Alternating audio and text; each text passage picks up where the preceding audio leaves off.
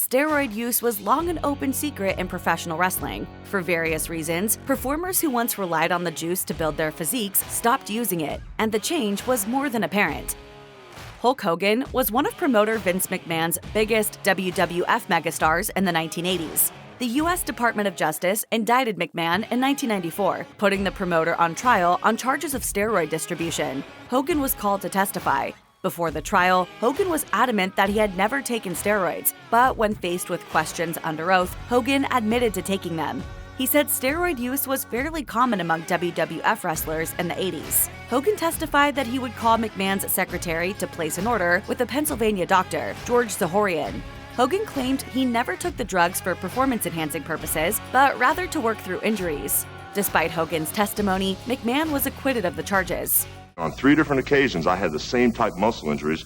That is the extent of Hulk Hogan's steroid use. Notorious for his 24-inch pythons, Hogan's appearance changed quite drastically around the time of the trial. During an interview in 1993, Hogan said he survived it, meaning the heavy steroid use allegedly rampant within the company. Hogan's last matches happened in Impact Wrestling in 2011 and 2012, and while the Hulkster was certainly in shape in those, he no longer looked like the muscle-bound superhero he portrayed during his WWF glory years.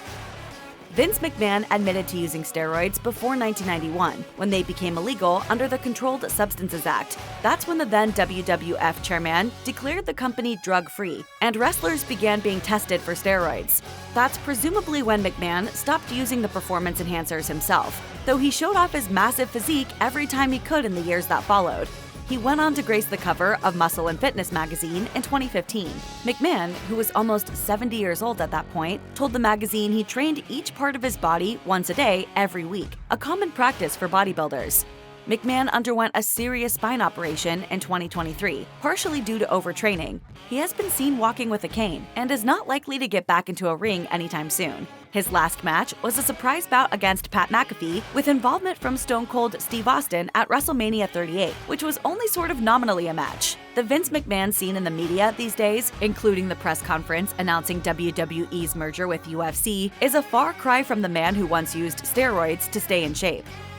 Former WCW champion Lex Luger has been very open about his prior steroid use, going as far as to call himself one of the biggest cheaters in the wrestling industry because of his use of performance-enhancing drugs. Luger admitted he took a 6-week cycle, shutting down his body's natural creation of steroids and replacing the hormones that his body could no longer produce with testosterone to bulk up.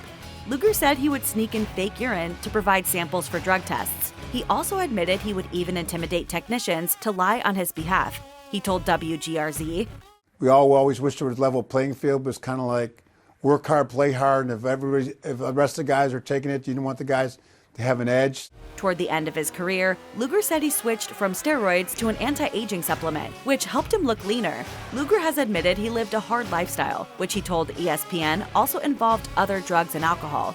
Luger is almost completely unrecognizable now. His wrestling career ended in 2007 when he was paralyzed following a nerve injury in his neck. He is now thankfully able to walk with the use of a cane. WWE Hall of Famer and Olympic gold medalist Kurt Angle has been forthcoming about all aspects of his life, including his struggles with painkillers. He has also admitted to using steroids to help his performance in the ring, though he never physically appeared quite as bulky as some of his peers. Angle admitted to his steroid use to the Philadelphia Inquirer, saying he used them after he broke his neck. He said he paid the price, both financially, with a fine of $125,000, and with his reputation. Angle tested positive for steroids in 2006 and was suspended by WWE for 30 days prior to his eventual release. Angle said in 2009, "You can test me right now, I'll come up clean, but there was a time when I did it." Following his steroid use, Angle was noticeably more lean. During his final match against Baron Corbin at WrestleMania 35, the then 50-year-old looked noticeably different. Current AEW star, WWE Hall of Famer, and overall wrestling legend Sting has admitted to being on the juice at one point in his career. The icon told Muscle and Fitness, "On the bench, my best was 435. I was younger, and I was on the gas too." Sting got out of using steroids early on in his career, however. He said he got smart around 1990 and stopped using the drugs. He said a lot of guys he ran with during those times still took them, and now, like himself, they have issues with their joints, including their hips and knees. Sting said he noticed that with wrestlers who took steroids, including himself, their bodies became too bulky, and it was just no longer sustainable when continuing to train, leading to problems in the future. Sting is not the bulky man he was early on in his career. However, at 64 years old, he's still going in the ring, currently on his retirement tour with AEW. A star in mid to late 90s WWF, former Intercontinental Champion Ahmed Johnson has spoken about his use of steroids throughout his wrestling career. Johnson told the Monty and the Pharaoh podcast that taking steroids was more or less a requirement in the competitive world of the WWF. It was something that you had to do basically if you were going to stay up top. Just about all the boys was on it. Johnson's WWF push was largely due to his size and physique, but the star never made it to the top of the company, even on the gas. He said he found it curious that wrestlers would be more open about their drug and alcohol usage than with steroids. As Johnson's career was winding down, he was riddled by multiple injuries and stopped using. While Johnson looks incredibly different now, the now retired wrestler says he is healthy. Chris Masters, who now goes by Chris Adonis, is completely unrecognizable these days. The expert of the almost unbreakable Master Lock is now wrestling on the indies after multiple wellness policy violations led to his release from WWE in 2011. Masters admitted some of these violations were due to a painkiller addiction rather than steroids. He explained he came back leaner not because he stopped steroid use, but rather because of running 2 miles a day as a form of therapy. Masters never regained the bulk he once had in WWE, with commentators even referencing his leaner shape when he returned to the company from his various suspensions. He remains almost unrecognizable with his lean wrestling physique today. I feel like I'm still a stud, but I'm not 275 pounds, I'm 260 pounds. I'm more, athletic. The Ultimate Warrior was an admitted heavy user of steroids throughout his wrestling career, and many fans believe they led to his death in 2014 of a heart attack at age 54.